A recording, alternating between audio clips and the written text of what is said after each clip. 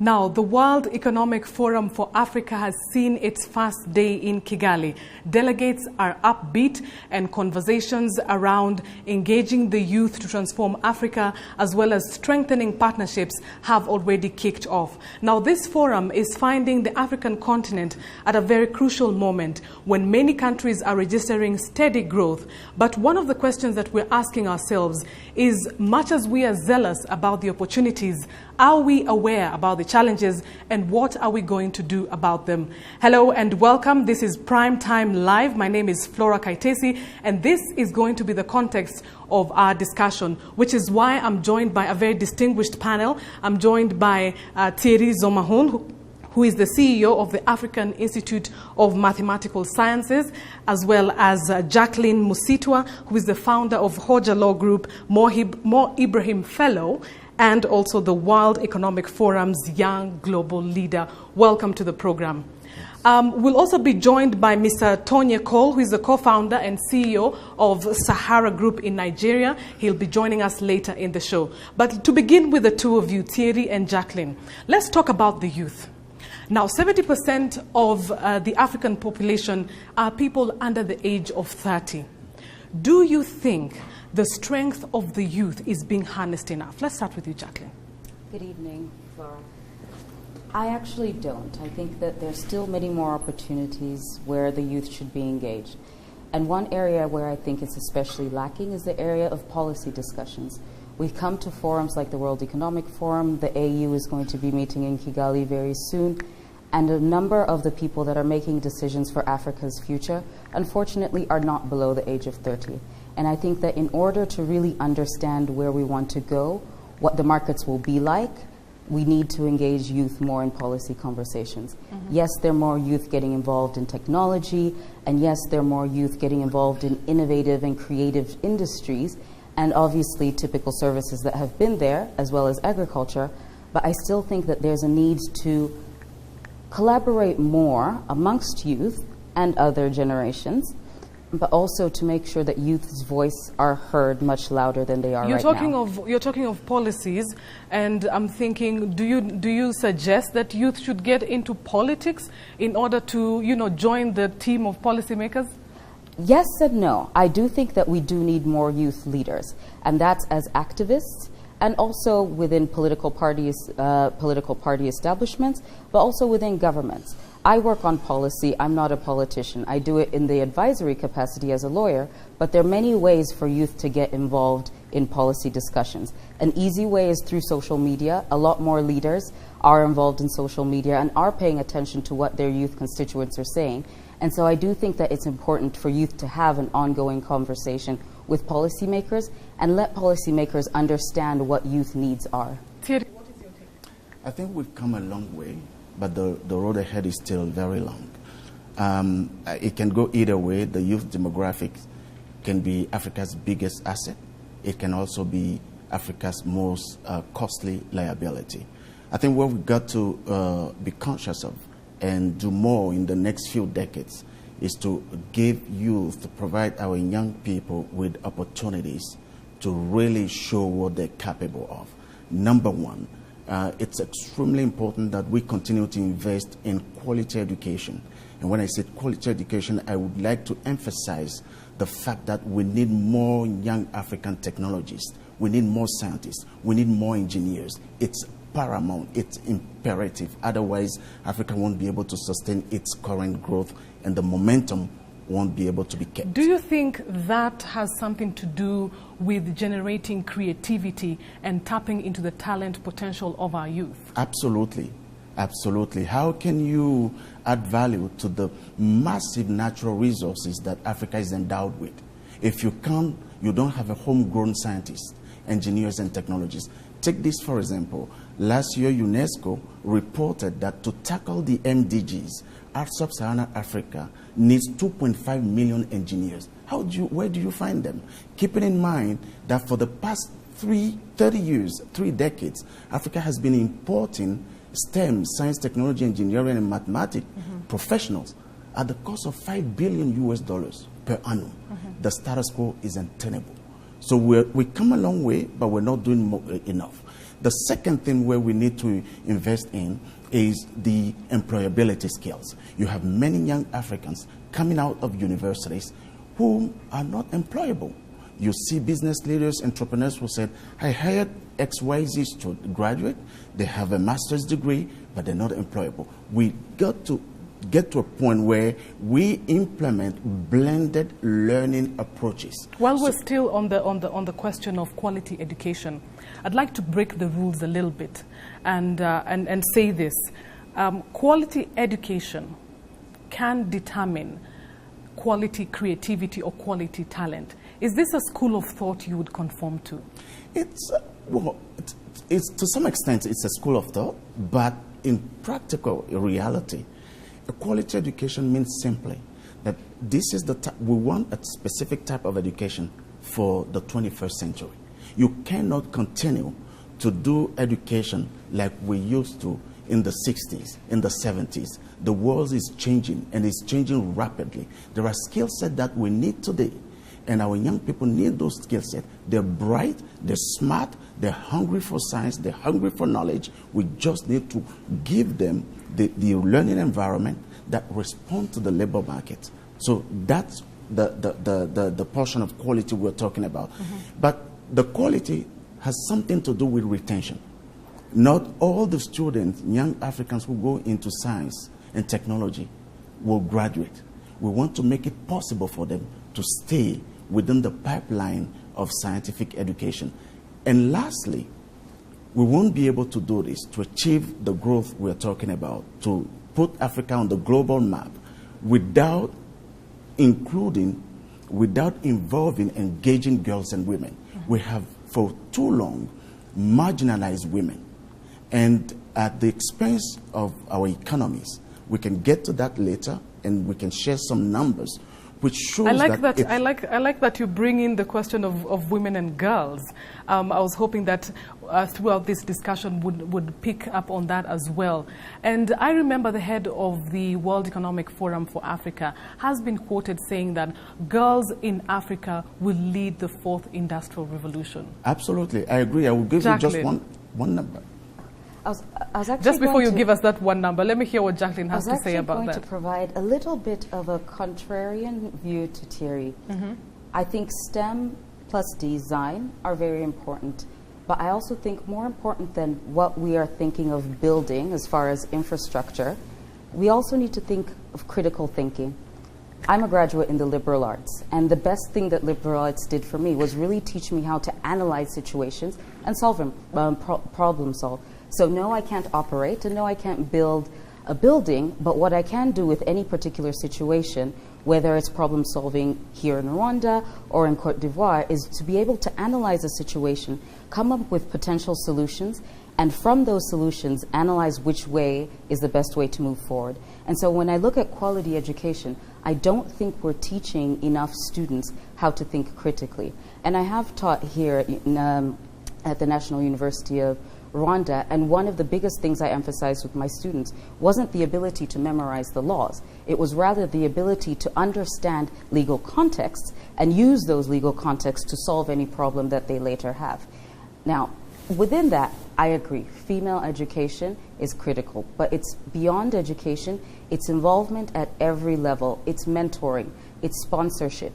Because now the statistics are changing, and we're getting many more young girls to go through school systems, but there's still social and cultural issues that we're not addressing. There's something you mentioned about the approach that I'd like to hear Thierry's point of view. About the approach, critical thinking. Students are not being taught how to think critically, but we find them on a rush to pass exams. Actually, our views are complementary. I'm running a Pan-African network of centers of excellence where basically we provide mathematical science education. We equip young Africans with skills of problem solving, creative thinking, and genuine scientific innovation. The way math and science were taught in the 80s, in the 70s, it's not the way math should be taught today. Math is taught in a way that enables young Africans to solve problems in health, in energy, in law. In law. Why not? We need more mathematicians in your sector. Sure. So, and to get back to that, the importance of women in STEM education, in a recent report that McKinsey published on the power of parity, they reported that in the full potential scenario, if women are given equal, identical opportunity to play the same role as men in the labor market, this could add $28 trillion US to global annual GDP. That is 26% by 2025. And towards Africa, is there a specific figure on Africa? On Africa, no. I don't know that I'm aware of now. But can you imagine what that means? For a country like Rwanda, which is doing great, better than most countries in terms of parity, it's huge. So by marginalizing women, by alienating girls and women from science education, engineering and technology, we'll be paying the price. The price is high. And it's not doing just a favor to women. It's about justice to economy. It's about doing justice to Africa. It's about positioning Africa to leapfrog conventional and agrarian development and be in a position to be a global player. But let's look at also other sectors, such as business. Let's look at sectors such as business and law, like you're in your field. Do you think that the role of women is still untapped? I still think that there's greater potential, of course. And in my role, it's kind of at different levels. Women get into law, but the question is what happens as they advance? Do they become partners of law firms? Do they go up to the highest level within corporations? And at that level, in the C-suite level, no, that's not as high. When we look at board appointments of women across the continent is abysmal. And that's an area where leadership can easily change, whether they're state-owned corporations or whether they're private-owned corporations. It's easy to figure out which group of women have the skills that they need. And ultimately, as you're saying, it is good business to have women on boards. But something back to the education aspect and equally within employment that we don't tend to address when we are trying to promote women within stronger career paths is what are women doing outside the workplace? What are women doing outside schools? And so if you're going from school all day and you're tired and then you have to go home, fetch water, clean, feed everybody, obviously you're not going to be at the same level as men who are going home and studying, or as men who are coming home to receive meals. So what we also need to discuss is a cultural change where we're not only looking at gender parity within the workplace, but we're looking at gender parity within homes as well, making sure that girl children as well as boy children know how to clean, know how to wash clothes, know how to cook, because otherwise the conversation doesn't make sense practically to say we need it. I like the fact when that we're not, exactly. practicing it. I like the fact that you point out those practical solutions that can be applied to ensure that the solution comes from the grassroots and rise up, to impact the whole continent. And I'd like to drive this conversation towards the theme of the World Economic Forum, which is connecting Africa's resources through digital transformation. Critics say that this is not the time for Africa to transform or to achieve digital transformation. And we're talking about women, and women actually are some of the most people who are in agriculture. So is this the right time? Are we misleading Africans? What do you think? I think we should have done that yesterday. It's the right time.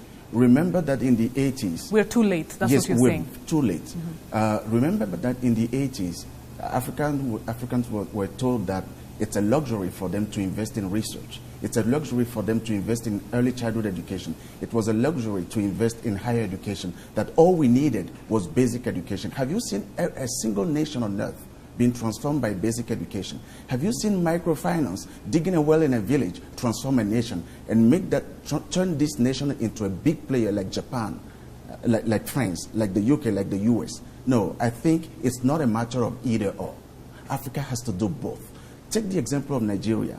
Under the current president of the African Development Bank, when he was Minister of Agriculture, look at what he did, harnessing the power of digital technology to nearly wipe out corruption, increase efficiency in the agricultural sector, and maximizing the yields for smallholder farmers in Nigeria. This is something that should be and can be replicated in all African countries. So digital technology is crucial because it can contribute to an increase in GDP. It says, experts say that a 10% increase in broadband penetration can add 1.4% to GDP.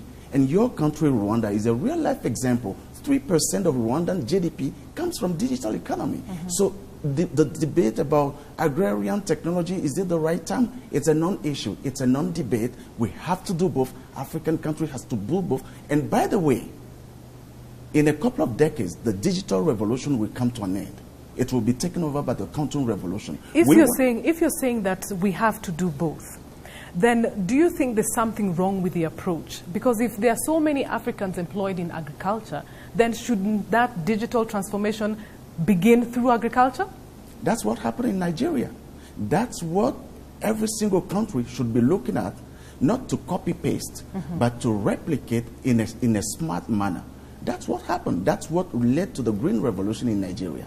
So Africa must leapfrog conventional technologies, including digital technology, to position itself as a global player. It's very important that we remain very careful not to confine Africa, always confine Africa to need-based solutions. We need a well, we need to dig a well in a village, in a Giseni. Let's go and dig a well, and that's all Africa needs. African don't need space science. We need everything. It's urgent, and we have the capacity, we have the potential, we have young people. By 2050, 40% of the world's youth will be African. The entire world will be looking at Africa, to Africa for solutions. Jacqueline, Thierry is clearly very passionate about the urgency of transforming Africa. Your thoughts? No, I absolutely agree. If not yesterday, then the time is now, right? So we need to get moving. Now, with respect to technology, I think there's several aspects. We need to look at connecting solutions rather than working in silos. It's not about health, it's not about education, it's not about other sectors. The question is, how can we intertwine technology into our daily lives? How can I bank by phone? How can I buy insurance by phone? How can I sell my crops, understand the price of the maize that I'm farming or the beans that I'm farming, and do that by means of my mobile phone? How can I, if I'm pregnant, check all of my vital signs, send them to my doctor and say what's going on, and understand that?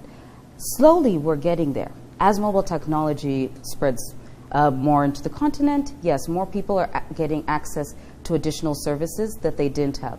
From a market perspective, though, we need to get to the point where we are using the internet in particular as a means to get income, as a means to sell what we have. So it's not a matter of using Facebook and other means of social media. The question is, how can we engage in global markets? How can an informal trader sell whatever they're selling, understand the world around them, understand how they can benefit from the system online? How can we increase the value of e-commerce and sell to one another across borders and break barriers that have typically been there due to lack of infrastructure? Now, on that within note, that, I'd like to come in with, of course, we get the urgency that this is the time. We are too late, so we need to really get things going on the African continent. But let's talk about universal access to electricity on the African continent, which is projected to be achieved by 2025. Now, over 645 million in Africa do not have access to electricity. I have had this chat before with a couple of people, but I'd like to pick your brains because we need power to power technology, yet we have very huge energy deficits in Africa. What do we do? I think we need to be more strategic in our planning. We know that we have a deficiency. We need to come up with different solutions. It's not only hydro, it's not only geothermal, it's not only methane gas. We need to have parallel strategies that are running. We can't solely rely on government. We can't solely rely on PPPs. We need to have the private sector more active and coming up with solutions. We also need to understand big power projects take time. Sometimes we're a bit impatient, we need the power now. But it's much better to negotiate the right agreements, regardless of how long they take. It's much better to build infrastructure that will last rather than cutting corners and later on not knowing how to repair it. And that's what we've seen in the past. We've made a lot of mistakes within infrastructure because we're rushing. Thierry, what kind of innovative solutions do you think can be applied in dealing with these power I think deficits? number one solution is for us to start now increasing the number of homegrown engineers and technicians. Because if we continue to import STEM professionals to take care of our power problem, then the situation is going to last for many decades going forward. There are only two countries, only Mauritius and Egypt, where citizens have 100% access to electricity grid. The status quo is untenable. Number one, training, and training that provide young people with skills they need to solve problems in that area. This is what AIMS is doing. We've been training young Africans who are providing solutions in the field of energy, renewable energy, or the full spectrum of energy. Is this through the 6 innovation centers that you Absolutely, have set up across the African continent? Exactly. So you have young Africans who are coming up with great solutions. But what they need now at this stage, and this is my second point, they need to commercialize, to bring the research output from the lab, from the research center, from the ecosystem to the market. So, and here, this is where governments and policymakers' roles are very important. My colleague mentioned the importance of the private sector. It's huge. We cannot rely on government to take care of everything. The private sector needs to get involved. We need to find innovative financing models to sustain, to support this development in terms of energy, to solve the energy and the infrastructure gap. And one thing that we need to keep in mind, when you take the area of energy, you have production, but you have distribution. Most people will tell you that the problem Africa has is not production per se, but it's the distribution. But with the distribution comes technical issues, technical matters. Distribution comes policy. You need a conducive policy environment. If the policy environment is too tight, the distribution, there might not be other actors or private actors involved in the distribution sector.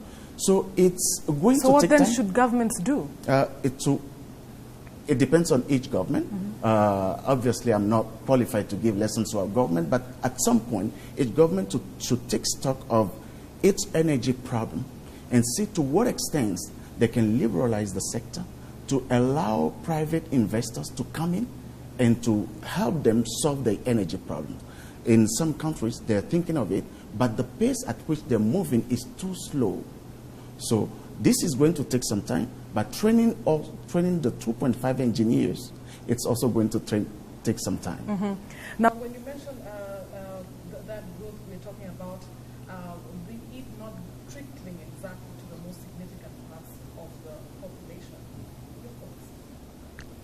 Once again, I think the mistake we keep on making over and over is everyone works in silos. We need to get to the point where government is talking to private sector, and they're also collaborating with civil society to really understand what are citizen needs, what are the people experiencing out there. Unless you have those types of dialogue, everyone tries to find solutions that make sense for them. As far as inequality and exclusion, I think we have a serious problem. I think we have an even greater problem when we look at the youth bulge, because there are not enough youth involved in productive activities. And if that continues moving forward, the gap will continue to increase, and it will be an increasing problem. When we look at a lot of the instability across the continent, it is because there are angry, hungry youth. And so we need to get to the point where we're finding solutions, yes, through education, formally, through technical training, but also through industries that don't require as long of training. The creative arts, there's so much talent across the continent that we're not harnessing. Because when young people express their desire to go into the arts, it's generally feared, oh, that person is not going to be successful. I think we do need to start tapping into traditional arts, but also more contemporary arts. We have the case of Nigeria. It is amazing what Nollywood has managed to do within the next decade. Other countries equally need to look at their local potential and see what creativity do we have locally, how can we harness that, and how can we grow also to protect these industries. A lot of times we end up discussing and sharing the need for the creative arts, but we don't understand that, like anything else, it is a business. And we need to make sure that we are protecting the rights and that people are gaining as much money from that, not only when they produce it, but also into the future. What does that mean from a policy perspective? That means strengthening intellectual property laws. That means making sure that there is a platform for artists of different sorts to go to make sure that they are not only able to lobby within themselves for greater support, but also to make sure that their governments are able to help them at a global level expand. So it's not only local, it's global. And talk more about this creativity, but would like to take a short break. Do stay with us. I'm sure you do not want to miss the next part of this discussion. You're watching Primetime Live. We'll be back in a minute.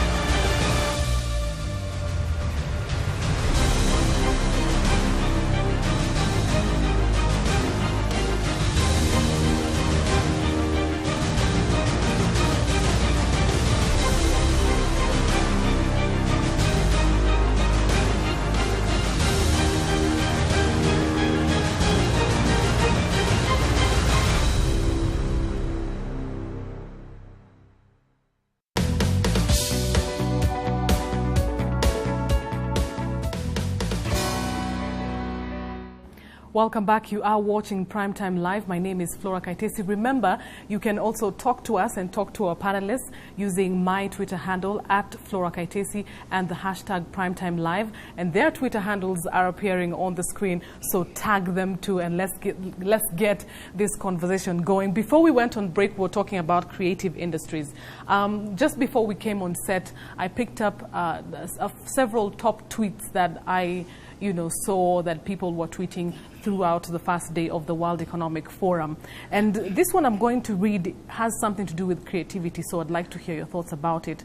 So, creativity, youth, entrepreneurship. If you do not have a stomach to be knocked down, forget about being an entrepreneur or go get a job. Comment. I think we need to be careful as we promote entrepreneurship. It's now become the default, the go-to. Not everybody is an entrepreneur, and we need to accept that. A lot of times there are things you can teach, they're basics, but otherwise, I think it's a sense of being. I started my first business at 25, and it was hard, and there was a lot that I did not understand. There's still a lot that I'm learning right now. And it's an ongoing process, but it definitely requires not only skill, it requires understanding of markets, it requires support systems, it requires a whole lot that I never anticipated but I'm in wondering, the beginning. I'm wondering, do you think youth shy away from business and entrepreneurship because they're not, certain of when they will catch their big break? I think so. I think it's when I talk to young people, a lot of them, especially college graduates, they wait for about a year, they don't find a job, and it's, oh, I'm going to start something. A lot of times, they haven't had the time to really analyze the markets and what they're selling, so it's usually, I will sell. So they're taking a product rather than creating. Let's hear Terry's thoughts on this. I think when you look across the continent, there are many young people who are starting a business, many startups. But we know it's a very challenging. You have to have the gut. You have to have the right skill set. You have to have the right connection. And that brings it the question of they start, but how many are sustained? Exactly. Statistics show that startups die after 2 or 5 years. Why? For a number of reasons. Number one, startups must be fed with innovation, with scientific innovation. So when you're a startup, you don't have enough resources, financial resources to invest in innovation. You don't have enough financial resources to invest in research and development. This is why things that countries like Rwanda is doing is so important. Creating an innovation environment and research ecosystem where young entrepreneurs can come and draw on resources of those research ecosystems across the continent to feed back their businesses and re-engineer their products. It's extremely important. Second, policy environment. There are countries in which policies are not conducive for business startups. Some efforts have been made, people are talking about it, but real action is not happening. Are you making these recommendations to policymakers at the World Economic Forum? Absolutely. Are these the kinds of issues that you're raising there? Absolutely. Absolutely. This is the kind of issue we're raising. And sometimes when startups fail, we blame the young entrepreneurs. We said, oh, you don't have the guts, you don't have the strength, the stamina to go through this. But what we got to look at first is the country concept, the environment in which they're doing business. Is this environment conducive? Do they have the right skill set? Because you have a couple of people or 2, 3, 5 people working for you. Have you been able to draw to your business the right skill set? Do you have enough resources from research and development to stay abreast in your business area? Have you made the right market segmentation analysis to see exactly where your niche is and how you can take advantage of your niche? Those are a full spectrum, a full cycle of entrepreneurship that sometimes we might overlook, and we often overlook and blame the entrepreneurs right away. But the dynamic is positive. The momentum is growing high. You see more and more young Africans go into that direction. They're no longer looking for jobs or working for anyone. But at the same time, though, let's keep in mind that not everyone, not all young people in Africa will become entrepreneurs overnight. There are people who will still work in a workplace, and we need to make it possible for young Africans to have the skills they need to be immediately employable after the technical degrees, vocational training, or master's and whatever, BA degree, bachelor's degree. You look like you want to jump in here. No, I think there, once again, I think it's great to kind of project what we need to do, but there's systemic challenges. When I think of access to finance, it's not only cost of borrowing, for instance, it's the idea of where does someone who's 18 get collateral? Nowhere, right? So you have systemic issues that the government, in conjunction with the finance industry, need to sort out. Also, there's the gender aspect. There is an imbalance as far as access to finance for women, access to opportunities, access to sponsorship between men and women. And we do need to address that, because it's easy to say, yes, go do it. But if every time you approach potential markets, you're shut down, whether because of your gender or because of your skill set, that equally needs to be addressed. So you mentioned a good point about ecosystems. We need to create more ecosystems within which young people can understand how to do business, where they can collaborate with one another, and also where they can look not only within their national borders, but where they can look continentally for opportunities. A lot of people tend to look domestically and stay there, but in my mind, we have 54 countries that are up for grabs, and so we need to start looking beyond ours. If our countries don't have the right ecosystem there, legal or otherwise, we need to say, maybe there is somewhere else I can go and be successful. And I think that until we as Africans travel more and understand that markets are beyond our immediate borders, I think it'll be hard to move into the future, because in my mind, the future is inter-African trade. Indeed, even in my intro, I mentioned that the World Economic Forum for Africa now is finding Africa at a very crucial moment. And I'd like to now still go back to the issue of digital transformation. And the African continent, especially sub-Saharan Africa, has been experiencing steady growth. But now the question is, we are experiencing external shocks, such as the commodity slump, currency devaluations, geosecurity threats. And since we're talking about digital transformation, how can innovative solutions be applied to cushion African countries from these shocks? Thierry. I think these shocks are real and they pose a real challenge for the continent. But information communication and technology is a powerful enabler. When you take, for instance, the fact that it's difficult for us to travel across Africa, going from point A to point B and do business in Senegal with someone in Senegal, it's extremely challenging. Technology, digital technology, help you overcome the conflicting trade rules, border restrictions, and connects you with your business partners wherever they are across the continent. That will continue to be the case, so that physical transportation is not the only result. That's a number one. Number two, how can Africa position itself in a way that is that protects the continent from those shocks? We're not living in isolation. Whatever we do, we'll feel the shock. But how do we minimize the shock? Is by also looking at our market and try to build regional integration, regional powers. A small country, landlocked countries like Rwanda, cannot do this on its own. It has to join forces with regional market like Kenya. And a small country like Togo and Benin in West Africa has to join forces with Nigeria. Then you minimize the effect of the shock on your market. When you talk about regional integration, sorry to cut you short, do you think the idea or the notion of regional integration is happening fast enough on the African continent? Of course, in East Africa, there has been a good example of the East African community, and there have been corridors that have been opened up and, eliminating non-tariff barriers to enhance trade.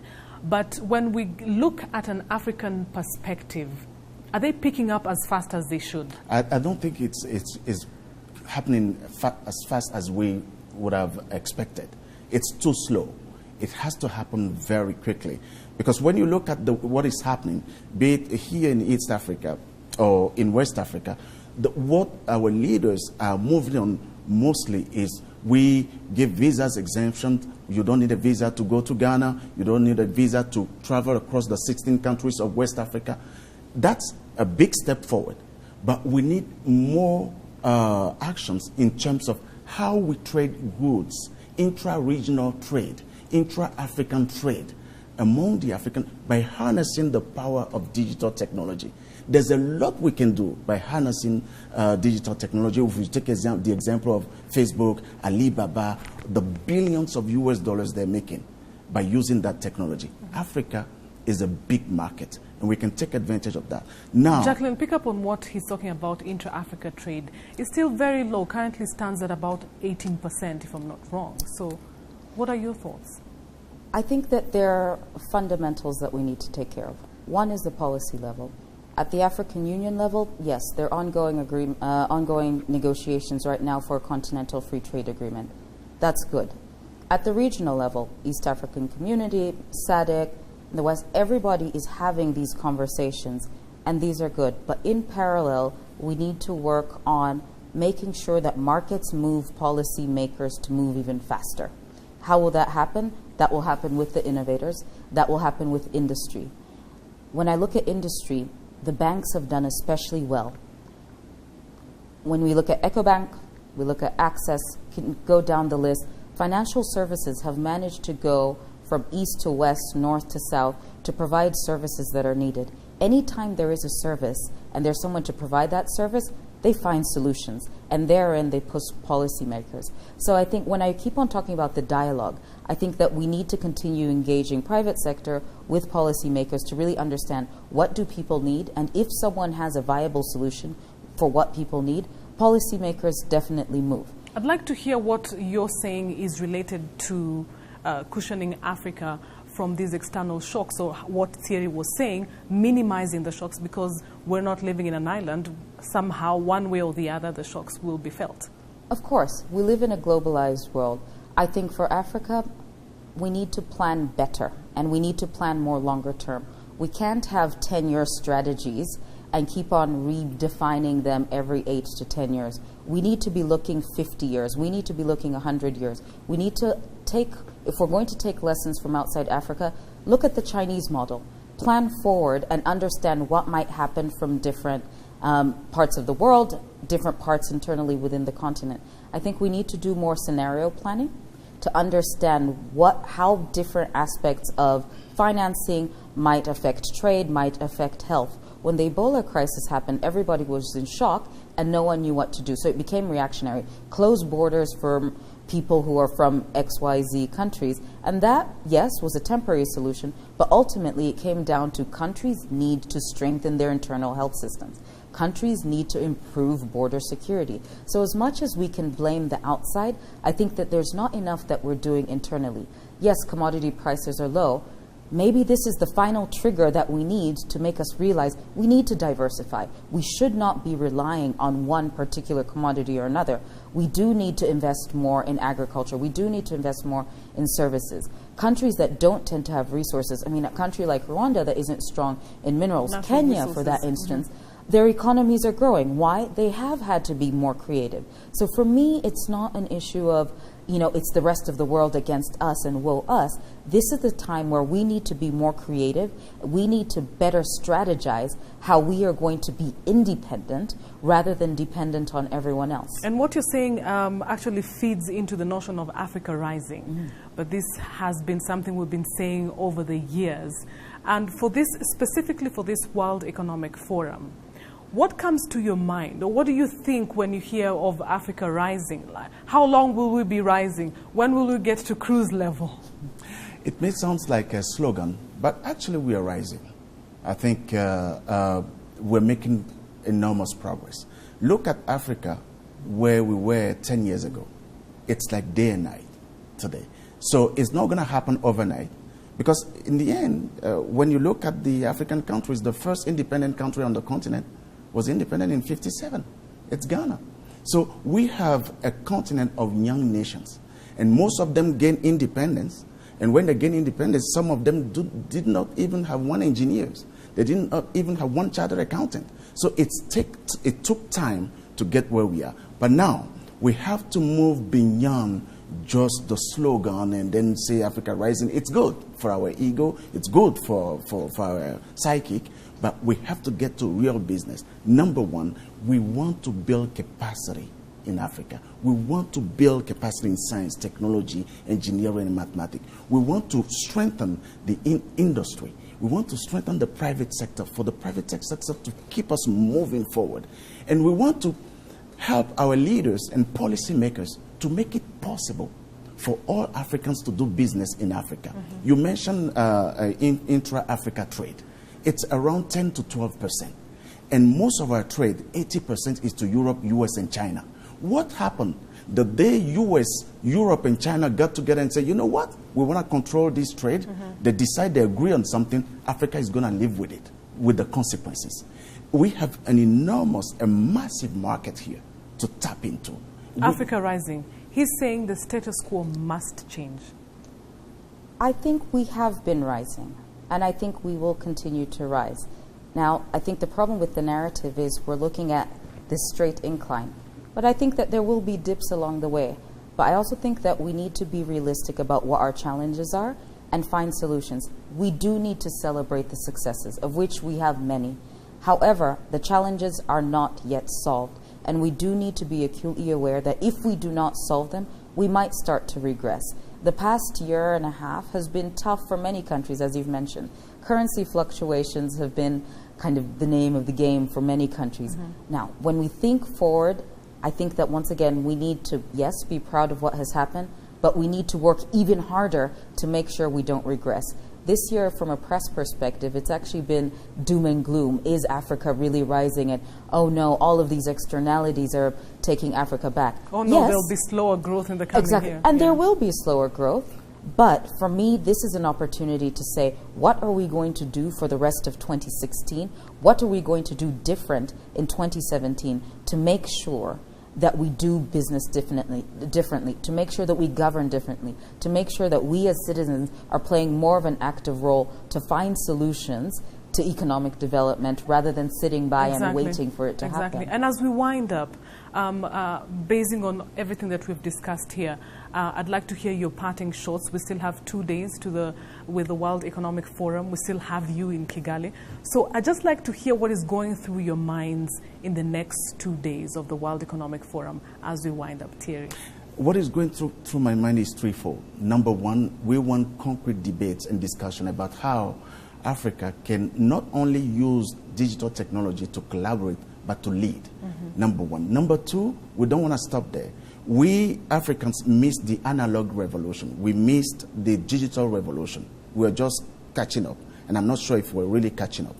But we are at a crossroad where the digital revolution is going to be taken over by the quantum revolution. Can we start the debate now and try to position Africa to leapfrog the digital revolution and lead the quantum revolution? This is something that the African Institute for Mathematical Sciences is planning to do with Rwanda. We want to set up in 2017 here in Rwanda Africa's very first research center in quantum science and technology. And we want to position the continent in a way that makes it possible for the continent to take advantage and to lead the quantum revolution. Number three, businesses, industry leaders and politicians or policymakers, we need some kind of integration. We need blended approach to the transformation of Africa. We don't need segmented discussion. Business leaders are talking somewhere, policymakers are meeting somewhere else, and young people are just trying to draw up the agenda. We need everyone to come to the table so that we can come up with a blended agenda. We don't want to copy, paste the Chinese model of development. That's not what I want for Africa. I don't need the Indian development model. I don't want the Brazil development. I don't even want the European model. We need to come up with our own model. So the next couple of days at the World Economic Forum, I want this to be an Afro-African discussion about how we can position the continent for the continent to take advantage and leapfrog conventional technologies. Exactly. I picked 3 things from there: leading, leapfrogging, and integration. Jacqueline, as we wind up. I think the biggest wishes I have for this particular World Economic Forum are concrete discussions on inclusiveness. Not only gender parity, but that's youth inclusion as well as socioeconomic inclusion. How can we make sure that as we discuss Africa Rising, as we discuss the role of technology, as we discuss infrastructure, we are doing it in a manner that is inclusive of all aspects of African society, so that 10, 20, 30 years we're not looking back and continuing to have the problems that we have right now of marginalization. I think the next aspect is, as he's almost said, connecting the dots. We need to use this platform to connect the dots between trade, between infrastructure, education, health. How can we collaborate cross-sectorally to find solutions to what we're currently facing? The last one, I think, is appreciation. Appreciation of the African story, appreciation of the African narrative, and I think even more, especially being here in Rwanda, appreciating the fact that there is a lot of good coming out of the continent, and if we do have committed leadership, if we do have committed people, we can see transformation over time. Fantastic. Appreciation and connecting the dots. I like that. I'm afraid we have to stop here for now. My name, like I told you, is Flora Kaitesi. But before we leave, I'd like to appreciate Thierry Zomaho, who is the President and CEO of African Institute of Mathematical Science, and Jacqueline Musitwa, who is the founder of Hoja Law Group, Mo Ibrahim Fellow, and of course the World Economic Forum's young global leader. It's been awesome having you on the show. Thank you, Flora. Thank you so much. And that's it from Primetime Live. Next is the news. Good night for now.